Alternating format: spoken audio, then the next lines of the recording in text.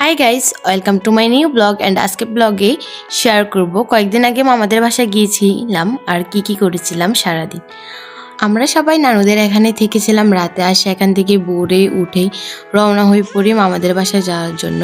এ মামাটা আমাদের নানুর বাসা থেকে রাস্তার পাশে এসে বাড়ি করেছিলেন, আর ওনার বাসাটা দূরে থেকেই দেখেছিলাম, কখনো ভিতরে যাওয়া হয়নি কারণ আমি অনেক দিনই নানুদের বাসায় যাইনি।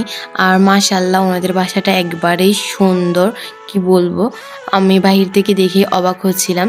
তারপর গিয়েছিলাম আমি ভেতরে গিয়ে আমি বসিনি, সোজা চলে যাচ্ছিলাম ছাদের উপরে। এর কারণ হলো সবাই বলছিল ছাদে নাকি অনেক বাতাস আর দেখতে নাকি অনেক সুন্দর। ওনারা আবার এই বাসার দ্বিতীয় তলায় মাদ্রাসাও করেছিল। মাদ্রাসা করার ফলে এই বাসাটা আরও বেশি ইউনিক লেগেছিল। আমি চলে যাই ছাদের উপরে আর এসেই দেখি ওনাদের কথাটা সত্যি। এখান থেকে মানে পুরো গ্রামটাকে এত বেশি জোস লাগতেছিল, কি বলবো।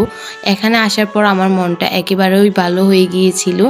প্রকৃতিটা যেন এখানে আর কোনো কিছুই নেই, নিরিবিলি শুধু নিজের সৌন্দর্য প্রকাশ করে যাচ্ছে, আর আমি সেই সৌন্দর্য দেখা নিয়ে ব্যস্ত ছিলাম। আসলেই প্রকৃতির কাছে সব কিছুর সৌন্দর্য হার মানে।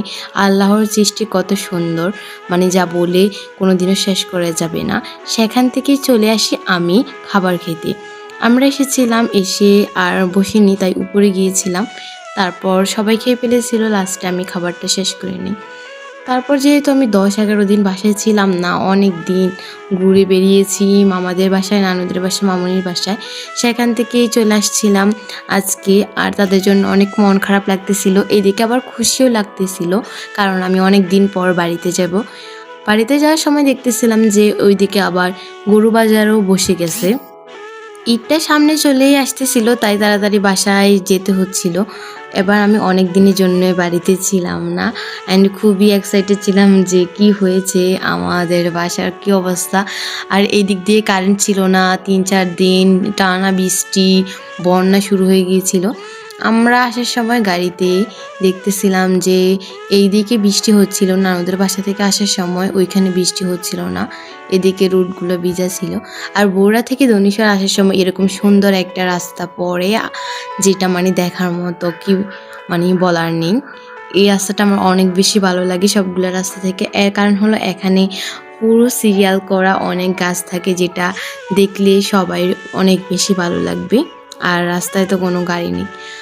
বাড়িতে আমরা চলে আসি ফাইনালি। আসার পর আমি খুবই খুশি হই, এসে দেখি আমার মম নুডলস করে রাখছে আর খেয়ে নেই। তারপর দেখতেছিলাম মা এটা কি জানি বানাচ্ছে, আর আমি সেটা চিনি না। পরে আম্মু বললো যে এটা নাকি মরিচ